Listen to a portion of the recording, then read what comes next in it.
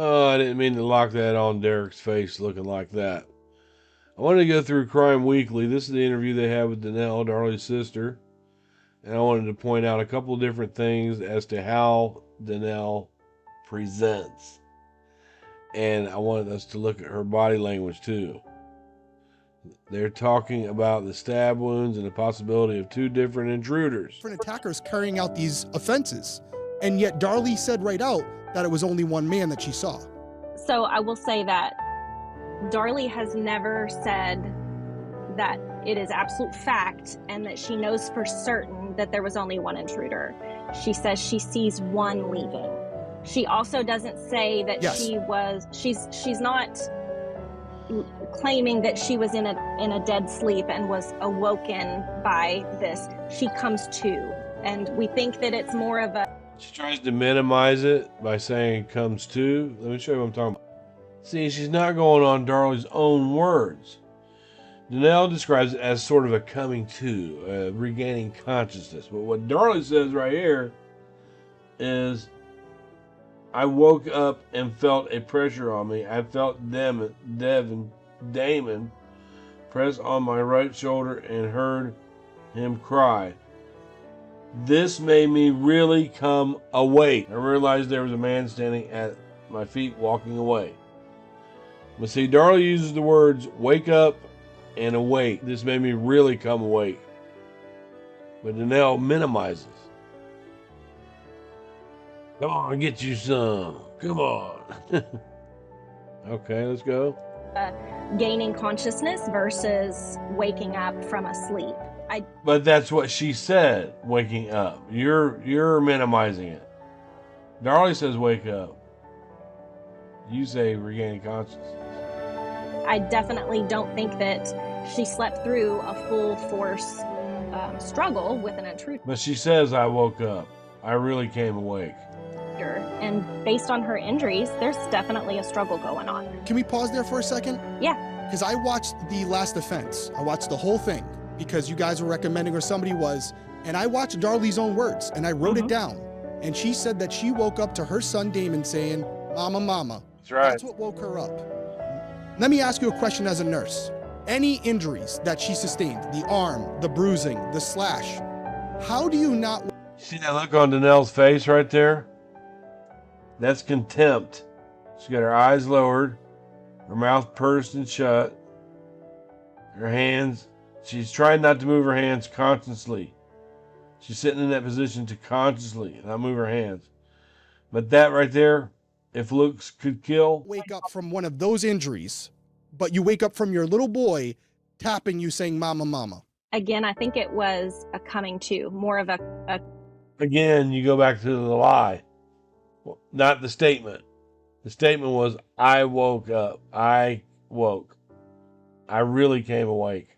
regaining consciousness. No. Are regaining consciousness and waking up the same thing? No, they're not. Don't think that it was waking up. You don't think it was what Darlie said it was?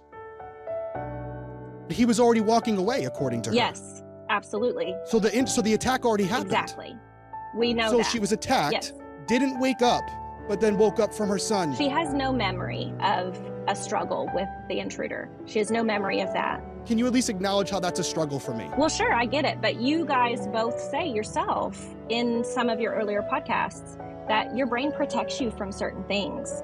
And I have, unfortunately, because of this case, I have been a true crime researcher since it really all kind of unfolded. And I can tell you that it is not uncommon for somebody that is attacked to, one, not feel those attacks, not know that they were just cut, and two, be able to lose certain bits of that memory. Like you can be attacked and have no idea that you were ever stabbed. And she's absolutely right here. I'm gonna see how much further she goes. Follow through with the rest of what you were, trying to do, or what you think is most important at that exact moment, and you don't even know that you've been stabbed or hurt. That does happen, and that is very possible. I hear you, and we don't have to keep going back and forth on it. I think it's one of those things where people are going to have to decide. Sure. The problem for me is she woke up. She woke up, and she wrote she woke up. didn't wake up from any of the injuries that she sustained, but she woke up from a light patting from her son, which to me is contradictory of that ideology that you're presenting. If she didn't wake up for the cuts, why did she wake up for the kid? Again, we don't know we don't know the order of the events. We don't know that she wasn't actually physically awake. She just hasn't. We do know that because she said, I woke up. You're trying to discredit the statement that Darlie made. And Derek backed her up 2 or 3 times too. She woke up. I started to get sleepy. Next thing, I wake up and feel a pressure on me. I felt Damon press on my right shoulder and heard him cry. This made me really come awake. I mean, Danelle, you can't change the words that she's written. She doesn't have memory of it. So it's very much that, that blank area. We can't fill in the details. She has memory of seeing the guy walk away. She has memory of Damon tapping on her and the words he said. She has memory of I turned around and told him to stay here.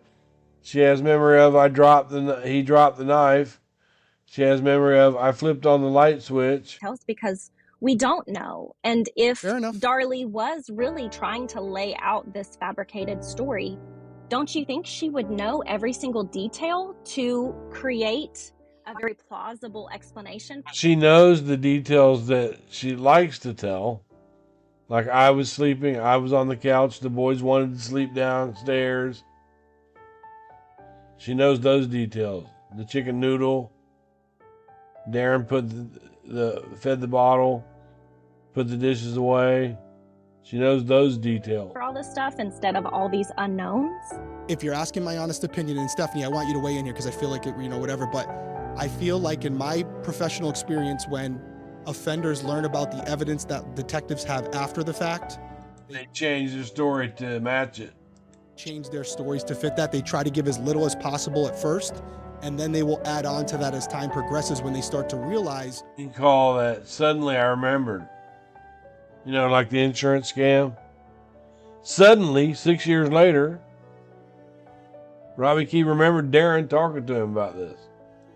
The direction law enforcement. That's my own anecdotal experience. So I feel like in the beginning, offenders always start with as minimal amount of information as possible, because the less you say, the less that can be cross-referenced. That's right. And that's just more a vague understanding of it, not specifically in any case. So, Stephanie, anything you want to add in there? Because I know, listen, you were telling me the story. You know more about this case than I do. This is just what I had looked into.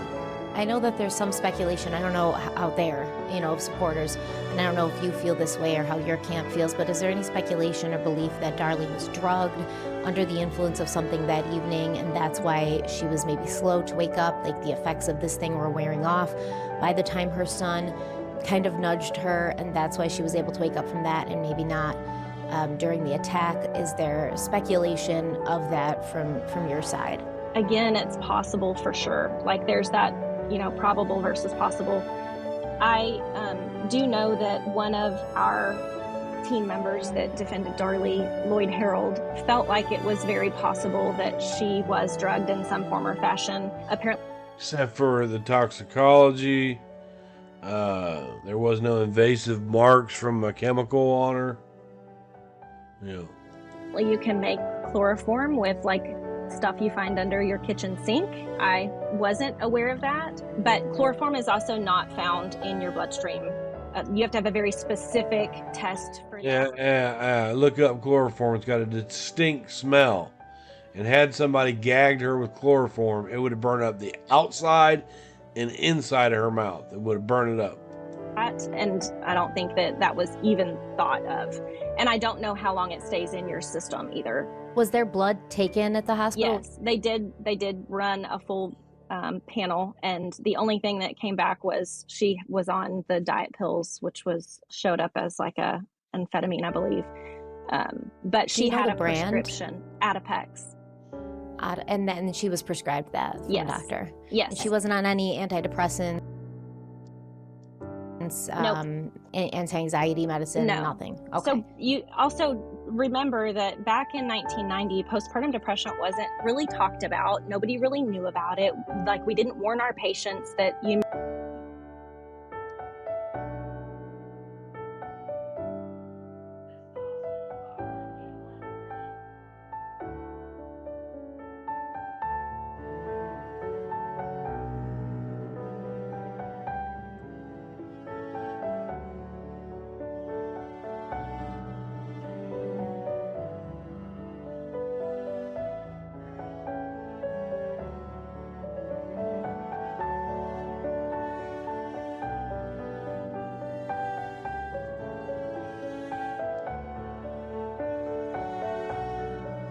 pecs. And then she was prescribed that from Yes. a doctor. Yes. And she wasn't on any antidepressants, anti-anxiety medicine, No. nothing. Okay. So you also remember that back in 1990, postpartum depression wasn't really talked about. Nobody really knew about it. Like, we didn't warn our patients that you may feel down the next 6 weeks. Like, that wasn't something that was publicly talked about at all. And do I think that Darlie had some moments where she had some maybe mild postpartum depression?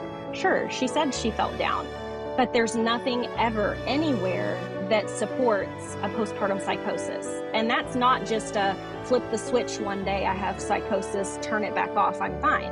That's a very, very specific disease process, and it is a disease that takes over and you cannot control it.